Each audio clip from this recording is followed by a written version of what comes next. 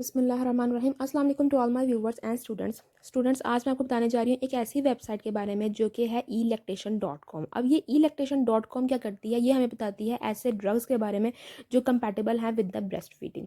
क्योंकि breast feeding में अक्सर पेशेंट भी कंफ्यूज होता है, समटाइम्स फार्मासिस्ट या डॉक्टर्स भी कंफ्यूज होते हैं कि ये आइदर ये ड्रग सेफ है या नहीं। ठीक है, तो ये वेबसाइट हमें बताएगी कि कौन कौन से ड्रग्स जो हैं उनका वेरी लो रिस्क है, कौन कौन से जो ड्रग्स हैं वो फॉल कर रहे हैं लो रिस्क कैटेगरी में, इनका हाई रिस्क है, उनका वेरी हाई रिस्क है। ठीक है, तो सबसे पहले हम लोग देख लेते हैं एक ड्रग में क्या नाम एंटर कर रही हूँ जो है जेनेरिक नेम। अच्छा, ये डिफरेंट लैंग्वेजेस में भी ये अवेलेबल है। ठीक है, आप इसमें लैंग्वेज चेंज भी कर सकते हैं। ठीक है, अच्छा अगर हम लोग ड्रग का नेम यहाँ पर एंटर करेंगे तो हम क्या एंटर कर रहे हैं, अल्प्राजोलैम में एंटर करने जा रही हूँ। ठीक है, यहाँ पर कुछ ब्रांड्स भी अवेलेबल होते हैं, लेकिन आप लोग जेनेरिक के थ्रू ही फाइंड कर सकते हैं। ज़्यादा से ज़्यादा ड्रग्स जो जेनेरिक के जरिए आपको मिलेंगे। तो ये अल्प्राजोलैम जो है वो मैं टाइप करती हूँ ताकि मैं ये देख सकूँ कि ये अल्प्राजोलैम सेफ़ है कि नहीं ब्रेस्ट फीडिंग के लिए। अब मैं यहाँ पर देखती हूँ ये ऑरेंज येलो कलर में बता रहा है। ठीक है, तो अब मैं नीचे जाती हूँ, मैं देखती हूँ कि ये किस रिस्क में जो है वो कैटेगरी में फॉल कर रहा है। अगर ग्रीन है तो वेरी लो रिस्क है, लाइट ये ऑरेंज है तो लो रिस्क है। ठीक है ना, डार्क ऑरेंज है तो हाई रिस्क है, और अगर रेड पे आ जाता है तो वो वेरी हाई रिस्क कैटेगरी में फॉल करता है। ठीक है, तो हमें इस तरह से पता चल जाएगा कि ये कैटेगरीज जो हैं वो इनके क्या क्या हैं। तो अब मैं ये देखती हूँ अल्प्राजोलैम का क्या है, ये लो रिस्क है। अब लो रिस्क है तो मैं चाह रही हूँ कि मैं पेशेंट को बिल्कुल सेफ साइड पे लेकर जाऊँ, अल्प्राजोलैम ना दूँ, क्योंकि इसका लो रिस्क है, वेरी लो रिस्क नहीं है।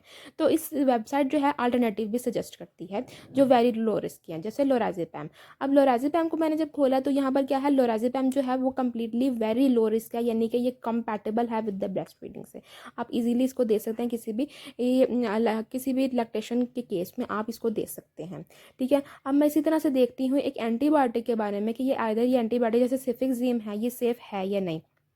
क्योंकि सिफिक्सिम एक ऐसे एंटीबायोटिक है तो बहुत ज़्यादा यूज़ होती है, खासतौर पे आफ्टर डिलीवरी भी बहुत ज़्यादा दी जाती है पेशेंट को। तो ये वेरी लो रिस्क कैटेगरी में फॉल कर रही है, यानी कि इसका बहुत कम रिस्क है और ये इजीली कंपैटिबल है, आप इसको इजीली दे सकते हैं।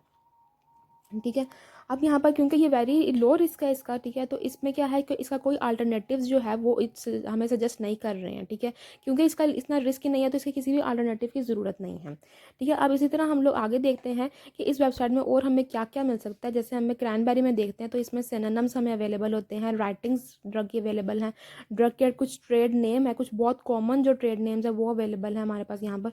ठीक है, अब एक और बहुत इंपॉर्टेंट चीज़ कि हमें पता कैसे चलेगा कि ये आखिर जो है ये वेबसाइट सेफ़ है या नहीं, या ये सेफ़ इन्फॉर्मेशन प्रोवाइड कर रही है या नहीं। वो हम देखते हैं इनके रेफरेंसेस, उन्होंने नीचे रेफरेंसेस हमें अवेलेबल किए हुए हैं।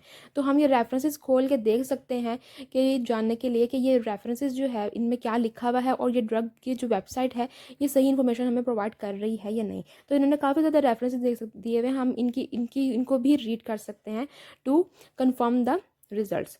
ठीक है, उसके बाद आ जाता है हमारे पास आइसोट्रेटिनोइन को भी हमने चेक कर लिया, क्योंकि हमें पता है ये हाई रिस्क है। आप डिफरेंट ड्रग्स को खुद चेक कर सकते हैं, ये हाई रिस्क मेडिसिन है जो बिल्कुल ही अवॉइड करनी चाहिए। ठीक है ना, तो इसका भी उन्होंने हमें बता दिया कि ये हाई रिस्क है और ये बिल्कुल ही अवॉइड करनी चाहिए।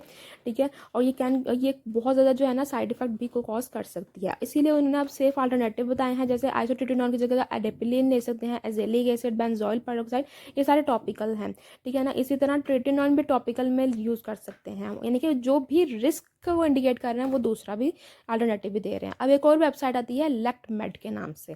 ठीक है, अब लेक्टमेड में भी ड्रग और लैक्टेशन का डाटाबेस है और यहाँ पर सारा इंडेक्स वाइज है। ठीक है ना, मतलब ABCD के लिहाज से उन्होंने सारा दिया हुआ है कि आपने इसमें बहुत ज़्यादा वाइड रेंज है, और ये है भी NCBI की वेबसाइट है। ठीक है, तो आप जैसे एसिटामाइनोफिन है, आप एसिटामाइनोफिन के खोल लेंगे तो ईच एंड एवरीथिंग इसके बारे में आपको मिल जाएगी। इसका कितना ड्रग लेवल जो है वो कितने मिलीग्राम अगर मदर एडमिनिस्टर करे तो कितने मिलीग्राम जो है वो मिल्क में सिक्रेशन होगी, ईच एंड एवरीथिंग जो है वो इस वेबसाइट पे आपको अवेलेबल हो जाएगी, ताकि आप इजीली और लाइक कॉन्फिडेंस के साथ आप जो है वो पेशेंट को प्रिस्क्राइब कर सकें। और अगर पेशेंट भी इतना एजुकेटेड है कि वो इस चीज़ को समझ सकता है तो वो भी ये चीज़ देख सकता है। ठीक है ना, इसमें सब्सटेंस का नाम, उसकी ड्रग की क्लास, इसके रेफरेंसेस और उसको क्या है ईच एंड एवरीथिंग बताया हुआ है।